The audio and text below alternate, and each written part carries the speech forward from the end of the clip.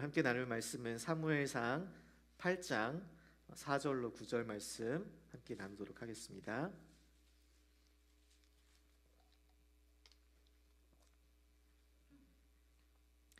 사무엘상 8장 4절로 9절 말씀 함께 읽고 전체 말씀 8장 전체의 말씀을 나누도록 하겠습니다. 제가 읽도록 하겠습니다.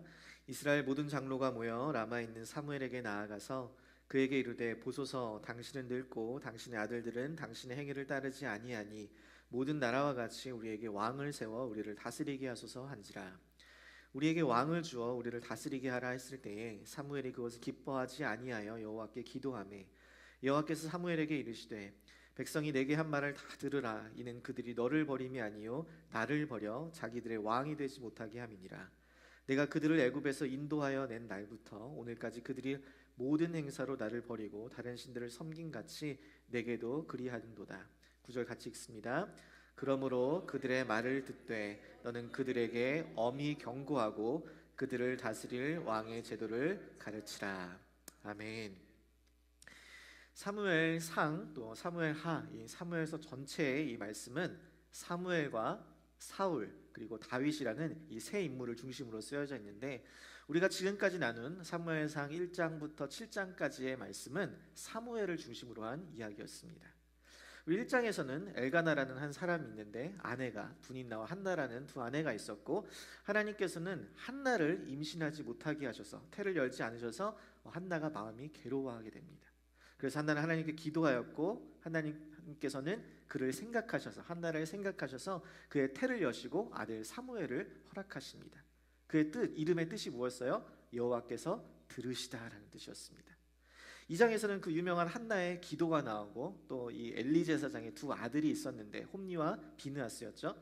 근데 그 두 아들이 제사장의 아들임에도 불구하고 여호와를 알지 못하였고 또 여호와의 제사를 멸시하는 장면이 나옵니다. 그런데 그와 대조적으로 사무엘은 어려서부터 여호와 앞에서 자라고 또 엘리 가문에게 이 말 저주를 예언하는 장면이 2장 후반부에 나오게 됩니다.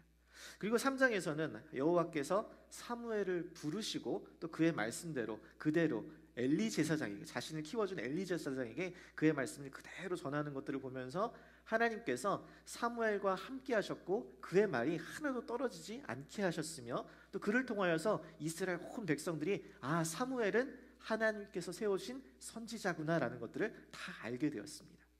그리고 이어서 4장에서는 그렇게 사무엘이 말이 온 이스라엘에 이제 전파되던 때에 블레셋과 전쟁을 하게 되는데, 이스라엘이 크게 지자 이 이스라엘 사람들은 우리가 언약궤를 안 가져가서 그렇구나 하고선 언약궤를 가져가게 됩니다. 그런데 언약궤를 가져갔을 그때에 오히려 더 크게 지고 언약궤마저 빼앗기는 장면이 4장에 나옵니다. 그리고 나서 5장에서는 블레셋 사람들이 이 언약궤를 빼앗아가서 자신들이 믿는 신, 이 다곤 신의 옆에 세워놨는데 그 다음날 일어나 보니까 다곤 신이 부서지고 또 다 깨어지는 장면이 나오고, 그때 그 블레셋 지역에 이 전염병이 돈 것을 이제 보게 됩니다. 그리하여서 이 언약궤를 돌려보내는 장면이 6장에 나오고, 7장에서는 이제 이스라엘 사람들이, 이 블레셋 사람들이 아니죠, 사무엘이 온 이스라엘을 다 모아놓고선 이제 너희가 전심으로 여호와께 돌아오려거든 우상을 이제 제거하고 여호와 하나님만을 섬겨라 라고 그렇게 이야기하면서 온 이스라엘이 그 말을 듣고선 미스바라는 곳에 모여 금식 기도를 하고 하나님 앞에 부르짖게 됩니다. 그러니까 하나님께서 그 기도에 응답하셔서 쳐들어온 블레셋 사람들이 그때에 큰 우레를 발하여서 하나님께서 이스라엘을 승리하게 하세요. 그리고 그곳에 사무엘이 돌을 세워서 여호와께서 우리를 이곳까지 인도하셨다라는 그런 의미로 엘리에셀이라고 짓습니다. 그리고 성경은 이렇게 기록해요. 7장 13절 말씀에 이에 블레셋 사람들이 굴복하여 다시는 이스라엘 지역 안에 들어오지 못하였으며 여호와의 손이, 하나님의 손이 사무엘이 사는 날 동안에 블레셋 사람을 막으셨다라고 기록합니다. 사무엘 사는 날, 사무엘이 통치하는 그날까지 하나님이 블레셋 사람들 오지 않도록 평안하게 하셨다는 거예요. 블레셋은 계속적으로 이스라엘을 괴롭혔는데, 계속 역사적으로 계속 그래왔는데, 사무엘이 다스리는 동안, 이스라엘을 다스리는 동안에는 그 땅에 평화가 있었다는 것이에요. 여기까지가 이 사무엘상 전반부의 전체 1장부터 7장까지 내용이고, 오늘 우리가 나눌 8장의 말씀을 중심으로 사무엘상은 새로운 이야기로 전환됩니다. 하나님이 세우신 이 지도자, 이 사무엘이 늙게 되자 이스라엘 백성이 왕을 요구하게 되는 거예요. 저는 오늘 이 말씀을 통하여서 이스라엘이 왕을 요구하는 것이 무엇을 의미하는지, 또 이 그 요구에 사무엘과 하나님이 어떻게 반응하시는지를 함께 살펴보면서 우리가 누구를 섬겨야 하는지, 또 우리가 누구의 다스림을 받아야 하는지를 함께 깨닫기를 소망합니다. 먼저 본문 1절부터 3절 말씀 한번 보겠습니다. 8장 1절부터 3절입니다. 사무엘이 늙음에 그의 아들들을 이스라엘 사사로 삼으니 장자의 이름은 요엘이요 차자의 이름은 아비야라. 그들이 부엘세바에서 사사가 되니라. 그의 아들들이 자기 아버지 사무엘이죠, 사무엘의 행위를 따르지 아니하고 이익을 따라 뇌물을 받고 판결을 굽게 하니라 라고 이렇게 합니다. 자, 우리가 1장부터 7장의 내용을 살펴보았을 때 사무엘은 여러분 한나의 기도로 낳은 아들이었습니다. 하나님께서 주신 응답이었습니다. 그리고 어려서부터 하나님께서 그와 함께 하셨고 그의 말이 땅에 떨어지지도 않게 하셨으며 모든 사람들이 야, 저 사람은 정말 하나님께서 세우신 사람이다, 그 권위와 능력이 있던 자가 바로 사무엘이었습니다. 이스라엘 선지자 중에서 가장 위대한 선지자 중에 하나였던 사람이었어요.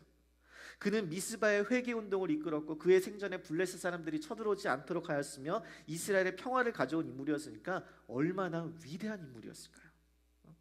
그런데 그가 늙게 되었고 그의 아들들이 사사가 되었는데, 안타깝게도 그의 자녀들은 이런 사무엘과 같이 하나님을 따르지 않았습니다. 사무엘은 너무나 위대하게 하나님께 쓰임받는 자인데 그의 자녀들은 하나님을 따르지 않았다는 거예요. 성경에 보니까 그들은 이익을 따라서 뇌물을 받고 판결을 굽게 하였습니다. 지금 이들이 자신의 지위와 또 권력을 이용해서 부정한 일들을 행하는 이러한 모습들은 우리가 이미 엘리의 제사장의 아들들 홈리와 비느하스를 통해서 보았는데, 사실 그 모습을 보고 자란 이 사무엘의 아들들에게서 또다시 동일한 모습을 보는 것이 참으로 안타까운 일인 거죠. 분명히 이들의 모습은 악한 행동이었습니다. 그리고 이 상황은 이스라엘 백성이 오랫동안 바라던 것을 요구하는 결정적인 기회를 제공합니다. 4절 5절 다시 한번 볼게요. 이스라엘 모든 장로가 모여 라마에 있는 사무엘에게 나아가서 5절 말씀 같이 읽습니다. 시작. 그에게 이르되 보소서, 당신은 늙고 당신의 아들들은 당신의 행위를 따르지 아니하니 모든 나라와 같이 우리에게 왕을 세워 우리를 다스리게 하소서 한지라. 아멘. 자, 이스라엘 백성들이 요구하는 것이 무엇이에요? 왕을 세워달라는 거예요. 왕을 세워달라. 그런데 왜 장로들은 왕을 요구했는가? 이 질문에 우리 답은 5절에 모든 나라와 같이라는 이 구절에 다 담겨져 있습니다. 모든 나라와 같이. 사실 이들의 요청은 그 터무니없는 그런 요청이 아니었습니다. 근거가 없는 요청이 아니었어요. 고대 근동 사회에서 이 왕정은 가장 선진적인 그러한 정치 체제였습니다. 당시 찬란한 문명을 이룬 모든 민족들을 이 왕정을 체제를 채택하여서 부족 국가들이 할 수 없는 일을 아주 체계적으로 진행해 나갔던 것입니다. 도시마다 막 화려한 탑을 쌓고 거대한 궁정과 신전을 세우고 상하수도 시설을 세우고 경기장이 들어서고, 그러면서 농산물이 안정적으로 공급이 되고 치안이, 군대가 생겨서 치안이 유지가 되니까 불을 쌓게 되고, 그래서 가나안의 부족들끼리 촌락 생활을 하던 이스라엘 사람들이 저런 왕정을 체제를 가지고 있는 나라들을 보니까 와, 대단하다, 부러워하기 시작한 거예요. 더군다나 가장 중요한 것은 적이 침입했을 때였습니다. 우리가 사사기 보면 사사 드보라가 적들과 맞서 싸워서 우리도 함께 나가서 싸우자라고 하는데, 그때 길르앗과 단과 아셀 지파는 응답하지도 않습니다. 그리고 또 길르앗을 공격한 암몬 사람들을 물리치러서 사사 있다가 우리 요단 서편 지파들한테 와서 좀 싸우자고 도와달라고 좀 요청을 하는데, 므낫세 지파만 군대를 보내고 나머지 지파는 반응도 안 해요. 그러면서 그 요구에 불만을 품은 에브라임 지파는 오히려 싸움을 걸어옵니다. 그러니까 사사가 같이 요청을 하고 같이 도와달라고 같이 하자고 함께 하자고 하는데도 반응이 없어요. 그러니까 전쟁에서 이길 수가 없는 거죠. 강제력이 없으니까. 근데 왕이 명령하면 무조건 따라와야 되는 거예요. 강제력이 있으니까, 명령이니까. 신속하고 체계적으로 군대를 갖출 수 있으니까 전쟁에서도 더 승리할 수 있는 확률이 더 높아지는 것입니다. 그러니까 지난 300년간 사사들이 통치했던 그 시대 가운데 자신들이 경험했던 그 실패를 되새겨 보니까 이 왕들이 다스리는 나라는 너무 좋은 거예요. 안전하고 더 부강하고 더 확실하게 좋은 것들을 딱 보니까, 그러니까 저들과 같이, 모든 나라들과 같이 우리도 왕을 세우게 해달라는 거예요. 여러분, 이야기 보면 표면적인 동기는 매우 타당하죠. 합리적으로 보입니다. 나쁜 것이 아니었어요. 그런데 그들의 내면의 동기는 그렇지 않았습니다. 사실 사무엘은 여전히 이스라엘을 통치하고 있었고, 이스라엘의 궁극적인 통치자는 바로 하나님이셨습니다. 믿으세요? 하나님이셨어요. 사무엘이 늙더라도 하나님은 늙지도 않으시고 죽지도 않으시며 부족해 보이는 이 사사들을 통해서도 이스라엘을 온전히 통치하고 계셨습니다. 그런데 사무엘이 늙었다고 해서 하나님의 통치가 어긋나게 될까? 아니죠. 그런데 이들이 왕을 요구하는 것은 그들의 표면적인 요구 뒤에 숨겨져 있는 그들의 내면적인 동기, 그것은 뭐냐? 하나님에 대한 불신앙이었습니다. 하나님의 다스리심에 대한 거부였던 거예요. 왕의 자리에 앉아 계시는 그 하나님을 인정하지 않겠다. 나는 그분을 거부하겠다라는 것입니다. 우리의 눈에 보이지 않는 하나님이 아니라 우리를 보호하고 우리를 번영시키고 우리의 욕구를 충족시켜주는 그런 눈에 보이는 왕이 필요하다라는 것이에요. 여러분, 이스라엘은 하나님이 세우시고 다스리는 나라였습니다. 애굽의 종되었던 그들을 출애굽시켜서 언약을 맺고 하나님을 왕으로 모시고 그분의 통치 아래 다스림을 받는 백성들이 바로 이스라엘 백성들이었어요. 그들은 광야에서 만나와 메추라기를 먹으며 하나님께서 먹이시고 입히셨고 구름기둥과 불기둥으로 그들을 인도하시며 보호하셨습니다. 그 모든 것들을 경험했는데, 그러면서 내가 너희를 택하여서 구별했다, 너는 구별된 백성으로 거룩하게 살아라 라고 말씀하셨는데, 그런데 지금 이스라엘 백성은 나는 여전히 저들과 똑같게 살고 싶습니다라는 거예요. 나는 구별되고 싶지 않습니다. 나는 저들과 같이 살고 싶습니다라는 거예요. 여러분, 하나님의 관계, 자신의 언약적 정체성을 포기하고자 하는 것, 왕의 자리에 계신 그 하나님을 내쫓고자 하는 것이 바로 모든 나라와 같이라는 이 구절에 다 함축되어 있는 것이에요.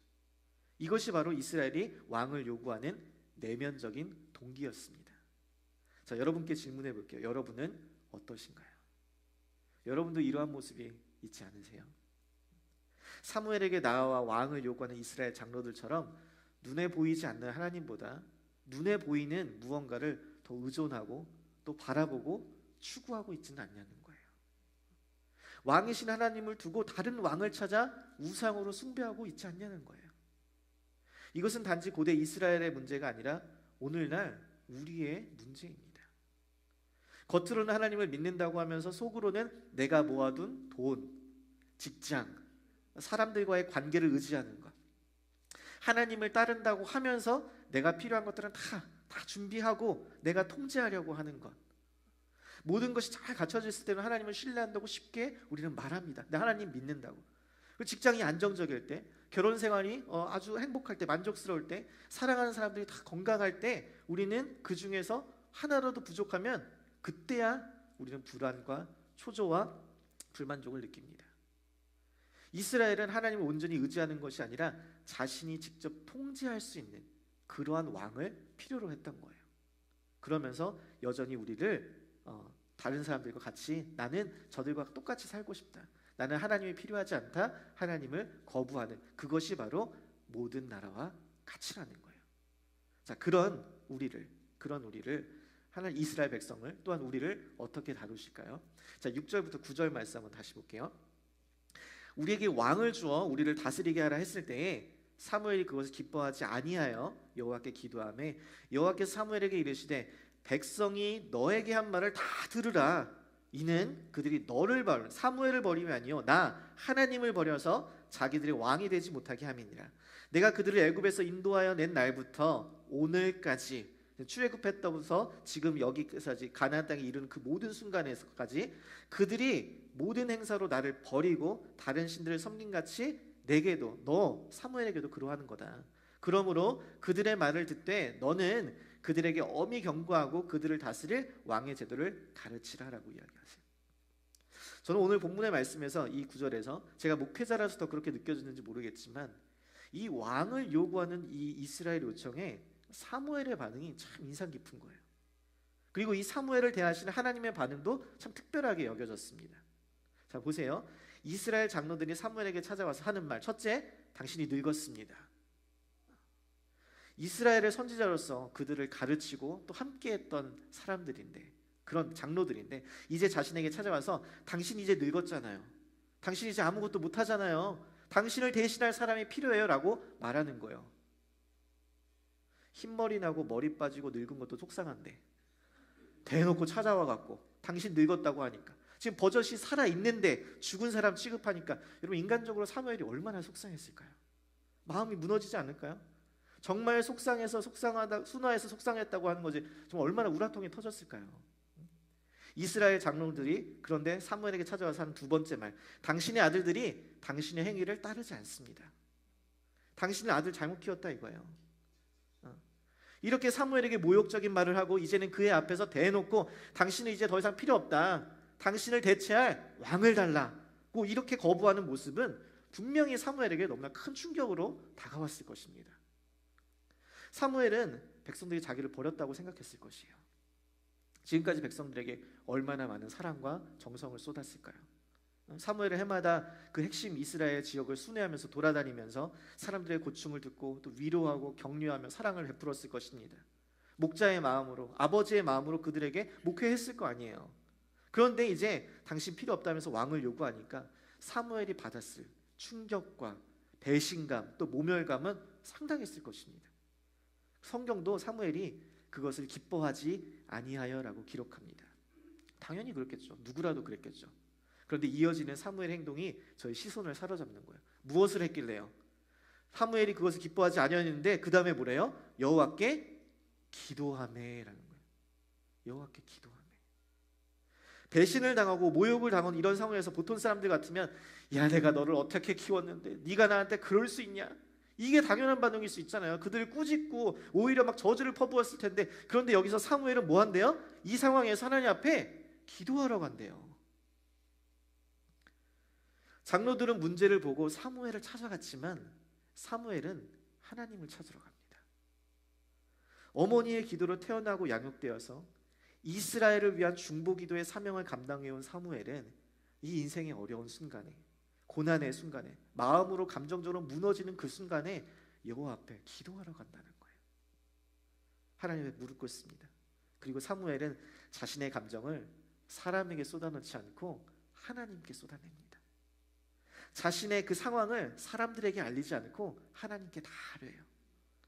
자신의 발걸음을 사람들에게 향하지 않고 하나님께 나아가서 엎드립니다. 저는 이 사무엘의 모습이 너무 위대하게 느껴지는 거예요. 정말 그렇지 않나요? 그때에 그렇게 하나님 앞에 나아가 기도할 때 하나님은 이런 사무엘의 마음을 위로하십니다. 뭐라고 이야기해요? 하나님은 그들이 너 사무엘을 버린 게 아니라, 너를 버린 게 아니라 나를 버려 자기들의 왕이 되지 못하게 함이니라 라고 말씀하세요. 그러니까 이스라엘이 왕을 요구한 것은 사무엘 개인과 연결된 게 아니라 하나님과 연결된 것이다. 하나님의 왕더심에 대한 도전이라는 거예요. 출애굽한 그 순간부터 지금까지 계속 하나님을 버리고 배반하고 거절한 그 사건들을 언급하시면서 그 하나님은 마음이 너무나 무너져버린 그 사무엘에게 나아가서, 사무엘아, 너 마음 많이 아프지? 너 많이 힘들지? 위로하시면서 나의 백성들에게 거절당하는 그 아픔이 정말 얼마나 크니, 그 백성들이 나에게 했던 그것이 바로 너에게 했던 거랑 똑같단다. 나에게 그렇게 했던 거다란다 라고 이야기하시면서 아버지의 마음을 또한 알려주시는 거예요. 그 마음이 같다고. 그러면서 하나님은 이 사무엘을 통해서 이스라엘 백성들에게 왕을 세우는 것에 대해서 엄히 경고를 하고 그 왕의 그 제도를 가르치라고 명합니다. 10절부터 18절의 내용이 그 내용인데, 여기 보면 사무엘이 전하는 이 왕의 제도에 특징이 있습니다. 한국말로는 잘 보이지 않는데 성경 기자가 반복적으로 사용하는 단어가 있어요. 그 단어는 이제 영어로는 take, 취하다, 빼앗다라는 단어입니다. 11절 한번 보세요. 너희 아들들을 데려다가 I will take your sons. 13절에 너희 딸들을 데려다가 I will take your daughters. 14절에 밭에서 가장 좋은 것을 가져다가 He will take the best of the fields. 16절 17절에도 너희 노비와 소년들 나귀들 11절을 가져다가 거두어, 왕이 그것들을 다 take, 빼앗아 취한다 거두어 간다라는 거예요. 왕은 백성들의 아들 딸들을 빼앗아 군인, 농사꾼, 대장공, 요리사 등의 일을 시킬 것입니다 라고 얘기해주고, 왕이 그것들을 다 빼앗아 밭이나 포도원 좋은 것들 다 빼앗아서 열매를 다 거두어 갈 거다. 그리고 왕을 세우면 가축도 빼앗아 일을 시키고 11조도 빼앗아 다 사용할 거다. 너희들이 가지고 있는 좋은 것, 모든 것들을 다 빼앗을 것이다 라고 엄중하게 경고하는 것입니다. 그때 백성의 처지, 그렇게 왕을 세워서 그들의 요구대로 따랐을 때, 들어줬을 때 나타나는 결과가 무엇인지를 17절, 18절에 보여줍니다. 17절, 18절 보겠습니다. 너희의 양떼의 10분의 1을 거두어가린 너희가 그의 뭐가 된대요? 종이 된대요. 그리고 18절에 그날에 너희는 너희가 택한 왕으로 말미암아 부르짖되 그날에 여호와께서 너희에게 응답하지 아니하시리라 라고. 원래 이스라엘 백성이었는데, 그래서 출애굽해서 노예로부터 이제 벗어나서 자유인이 되었는데, 하나님의 백성으로서 누릴 수 있는 것들이 많아졌는데 이제 다시 종으로 바뀐다는 거예요. 그들이 애굽에서 살던 상황으로 다시 돌아가는 거예요. 지금 더군다나 이제는 부르짖어도 하나님께서 응답하시지 않으시겠대요. 여러분, 이게 얼마나 심각한 상황이에요. 그런데 사무엘이 말을 마치자 백성이 답합니다. 19절 20절 볼게요. 백성이 사무엘의 말 듣기를 뭐 했대요? 거절하여. 이렇게 경고하고 이렇게 결과가 어떠한지를 분명하게 얘기해 줬는데도 불구하고 이들이 말을 들은 다음에 거절한대요. 아니로소이다. 우리도 우리 왕이 있어야 하리니. 20절 우리도 다른 나라와 같이 되어 우리의 왕이 우리를 다스리며 우리의 왕 앞에 나아가 우리의 싸움을 싸워야 할 것입니다. 그렇게 경고하고 그렇게 알려줬는데도 결과가 무엇인지 알려줬는데 그래도 아니다 이거예요. 그래도 우리는 왕이 필요하다. 사무엘도 필요 없다. 하나님도 필요 없다 라는 거예요. 여러분, 이것이 우리의 모습입니다. 이스라엘의 모습을 통해서 우리에게도 말씀해 주시고 보여주시는 거예요. 하나님은 이 모습을 통해서 성경 속에서 계속적으로 우리에게 반복적으로 이야기해 주세요. 하나님 외에 다른 것을 섬기면 그 왕은 너희를 구원할 것이 아니라 그 왕이 너희를 압제할 것이다. 너를 노예로 삼을 것이다 라는 것을 알려주는 거예요. 이스라엘 백성들은 왕을 통하여서 번영과 또 안정을 추구하였지만, 보장받고자 했지만 그들이 받은 것은 오히려 왕이 그들에게서 그 평화와 안정을 빼앗아간다는 것이에요. 이것이 현실이었습니다. 그들은 자신들을 통제할 수 있는 왕을 원했지만 결국 그 왕에게 통제를 당하게 된다는 거예요. 여러분, 창세기 한번 말씀해 보면 뱀은 너희가 선악과를 먹으면 하나님과 같이 된다라고 이야기를 합니다. 그죠? 그런데 모든 것을 지배하고 또 모든 것을 다스릴 수 있는 능력이 얻는 것 같은단 말이에요. 신이 되니까, 하나님이 되니까, 내가 기준이 되니까. 그런데 선악과를 먹으니까 어떻게 돼요? 하나님과의 관계가 깨어집니다. 그리고 그들이 소유한 모든 것을 잃게 돼요. 원래 하나님 안에 있으면, 하나님께서 주시는 것 그대로 누릴 수 있으면, 하나님을 왕으로 모시면 그분의 나라에서, 에덴 동산에서 그분의 주신 것들, 그분의 소유를 마음껏 누릴 수 있었는데 자신들이 왕이 되는 순간, 자신들이 하나님의 자리를 차지하려고 하는 그 순간 그들이 누리던 그 모든 것을 다 잃어버리게 됩니다. 그들의 것들을 다 빼앗기게 되고 그들은 결국 에덴 동산에서 쫓겨나게 되었죠. 그러니까 성경은 바로 이 이야기를 계속 해주는 거예요. 하나님을 왕으로 모실 거냐, 아니면 그 왕의 자리에 다른 것들을 대체할 것이냐라는 거예요. 하나님이 계셔야 할 왕의 자리에 하나님이 아니라 다른 왕을 섬기면, 다른 것을 의지하고 그것으로부터 행복과 안전을 찾으면 우리는 결국 그것의 노예가 된다는 말입니다. 결혼을 해야 행복할 수 있다라고 믿는다면 결혼이 왕이 되는 것이에요. 결혼하지 못하면 불행하고 혼자라서 우울하고 잘못된 관계를 선택하게 되고 건강하지 않은 연애를 반복하고 결국 결혼을 해도 상대방에게 과도한 기대를 가지게 됩니다. 성공이 있어야 만족할 수 있다고 믿는다면 성공이 왕이 되는 것이에요. 지나치게 일에 몰두하게 되고 더 성공한 사람을 질투하게 되고 다른 사람의 승진과 칭찬에 화가 나는 거예요. 자신의 가치가 제대로 인정받지 못했다고 좌절을 하게 됩니다. 성공을 위해서 산다라고 말하지만 사실은 성공에 의해서 내가 조종당하고 노예가 되는 것이죠. 여러분, 스트레스를 해소할 물리적인 탈출구가 필요하다면 그것이 내 왕이 되는 거예요. 처음에는 단순한 도피처였던, 그냥 재미삼아서 했지만 점점 더 강한 자극적인 것들을 찾게 되고 결국 그것에 중독이 되어서 빠져나올 수가 없게 되는 것입니다. 그것이 음란물일 수 있고 약물일 수 있고 알코올이 될 수도 있고 폭식이 될 수도 있고 어떤 것이든 패턴은 동일하다는 거예요. 처음에는 내가 통제할 수 있는 즐거움과 기쁨이었죠. 그냥 잠시간의 그런 쾌락이었지만 결국 그것이 나를 모든 것들을 통제하는 왕이 되어진다는 것이에요. 사랑하는 성도 여러분, 여러분을 사망으로 이끄는 왕, 그 우상을 섬기지 마시고 여러분을 생명으로 이끄는 왕 하나님을 섬기시기를 주님의 이름으로 간절히 축복합니다. 말씀을 마무리하며 21절 22절 보세요. 사무엘이 백성의 말을 다 듣고 여호와께 아뢰매 여호와께서 사무엘에게 이르시되 그들의 말을 들어 왕을 세우라 하시니 사무엘이 이스라엘 사람들에게 이르되 너희는 각기 성읍으로 돌아가라 하니라.